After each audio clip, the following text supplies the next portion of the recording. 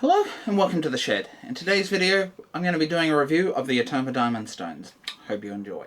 So straight up front, I just want to say I have no affiliation with ATOMA. I've just been using their stones for about three and a half years now, and I really like the quality and they just work really well. So that's why I wanted to do a review so you guys can know a little bit more about them. The ATOMA diamond stones are quite popular in the knife sharpening space or circles on the internet, and they're regarded as one of the best out there, if not the best diamond stone in those circles. I just wanted to make it more aware and bring you guys in the woodworking space along with me to learn about these great diamond stones. All of these diamond stones, ATOMA, DMT, Easy Lap, and all of the cheaper ones that are out there, they use what are called man-made diamonds, and they come in monocrystalline and polycrystalline. The monocrystalline are what the more premium ones like ATOMA, DMT and Easy Lap use, and the polycrystalline ones are what a lot of the cheaper manufacturers tend to use.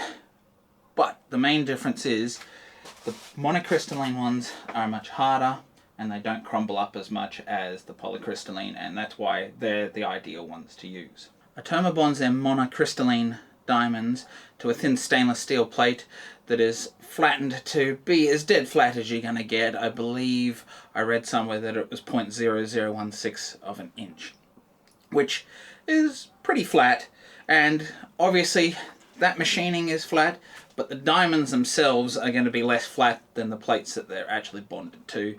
It's just the nature of how they operate. But you're not going to notice any deviation in there, and the diamonds will wear out and even out over time as you use them, like all of these premium diamond plates. What sets the ATOMA diamond stones out ahead of their competitors is that if we have a close look here, we can see that the plate is, that thin plate is actually stuck onto 10mm aluminium plate, which is also flattened to 0.0016 of an inch. And that allows this to stay dead flat over a long period of time. The way ATOMA bonds their diamonds to their plate is a little different to some of the other makers where they have a continuous amount of diamonds. These ones are done in clusters, and if you have a very close look, I'm not sure if you can see it, you can't really see any gaps between there, but there are these little tiny gaps. And these ridges allow the swarth to not clog the stone when it's in operation, and I believe that ATOMA says that it means it's a little bit more aggressive than a continuous, but it will not clog on you, and it's a lot easier to clean and keep clean. The way these are bonded to the substrate, in this case aluminium, it uses a waterproof double-sided tape, and you can actually, when this wears out, when it eventually does, 5, 6, 10 years, depends on the use, you can actually heat this up, which will soften the double-sided tape. You can peel that abrasive surface off, and you can buy the replacement abrasive surfaces for the ATOMA stones. And that really sets them out ahead of other competitors, the fact that you can put them on any substrate you want, you can replace the abrasive and you don't have to replace your plate, making them more environmentally friendly in a way. The ATOMA diamond stones that I've got here is a 400, 600 and 1200. They do also come in a 140 grit stone, which is used for flattening water stones. And you can actually buy them with a handle on the back of the plate for that purpose. Now, since we can remove these plates and you can buy the replacement abrasives, in a recent video I created this premium sharpening station, which is using a granite plate that's flattened to 0.000 something of an inch, I'm not quite sure, and I've actually adhered a 400, a 600 and a 1200 stone to this to make my bench sharpening system. And since the substrate that I've got it attached to here is guaranteed flat, just like these thin stainless steel plates that the diamonds are attached to, this makes a good setup, although a little heavy, and you don't have to attach it to something quite as heavy as I have here, which is one of the granite surfacing slabs. You could use a granite tile.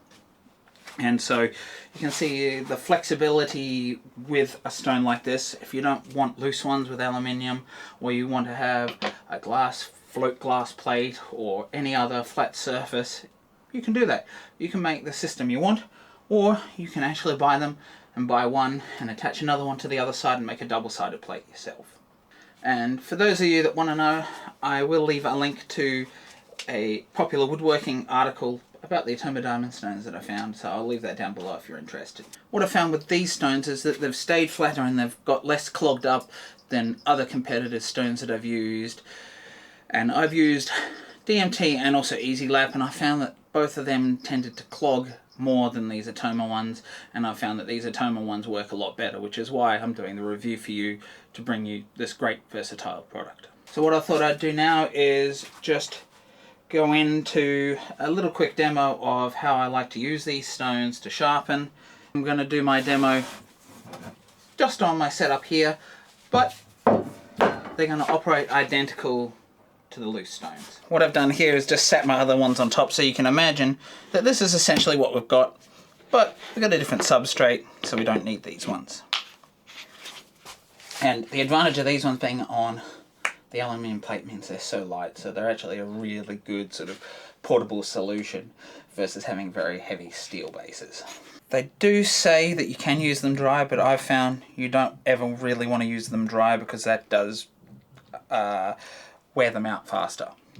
So I just use a squirty bottle like this with some alcohol or water in it, and we just squirt that onto the surface like this, and then whether we're using a jig or not using a jig or freehanding, you can use all of them on these diamond stones. So we can come in, you feel for your bevel like normal, and it doesn't matter the arrangement of these, you can actually use every bit of this stone. And if we have a close little look here, you'll see how this is discolored ever so slightly, and apparently that is quite common with the use of it, but it doesn't affect the integrity of the stone. It's just some of the alloys of the metals and things, it can just discolor a little bit apparently. So we can obviously flatten the back of our stones, and they sharpen extremely fast, especially when they're fairly new like these ones. And in no time at all you can flatten the back of a really bad chisel. And so we'll feel for the bevel, and this being a 400 grit, it's only 2 or 3 passes you need, and then you'll get a burr. You'll remove the burr, onto the next one, remove the burr, and that's essentially how fast it is to sharpen a chisel on these diamond stones, especially one that you've already prepared. It's going to take obviously a little bit longer if you need to prepare your bevel, and you could certainly do regrinding processes on these stones for sure. So a little few care instructions with these diamond stones, just like most of them, because these have the clusters. I find that it's a little more important to take care of them.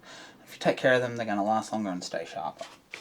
You might be able to see that little black dot there, and that's where a bit of the steel's got ingrained in there. And what works well for that is add a little bit of water to it, get a toothbrush, and just work it around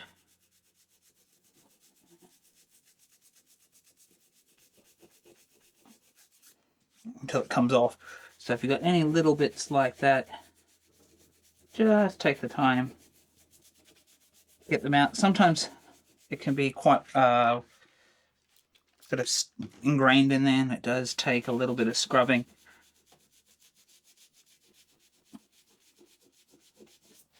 Now you might not need to do that every single time, but at least give it an extra bit of water and just wipe it down.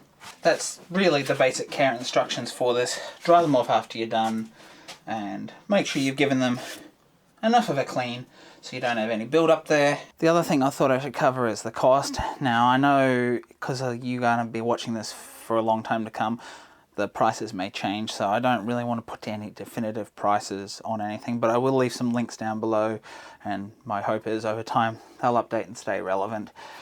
If you'd like an update on some links at some time in the future, just sound off in the comments and I'll try and add new links.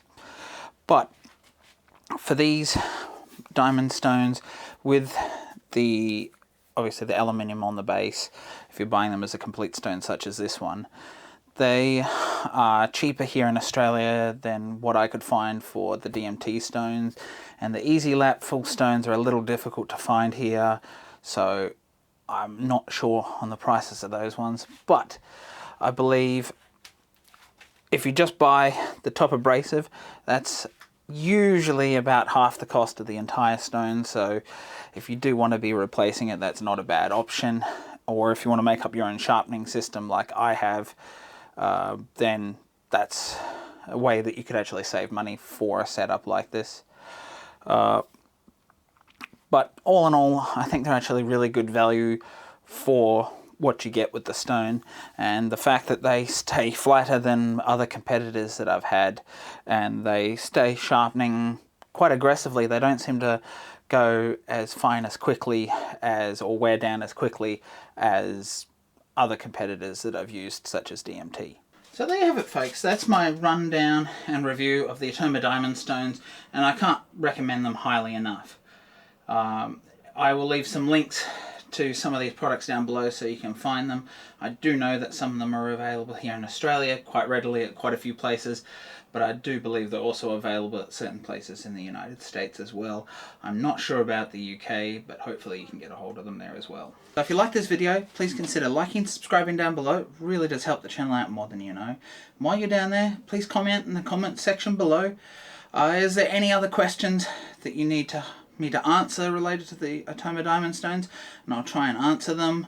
And if you'd like to support me further, please consider checking me out on Patreon and also on Instagram. And if you'd like to see another great review video such as this, please check out the review video up here where I review the Veritas honing guide, and also all the review videos in this playlist just here. Bye for now.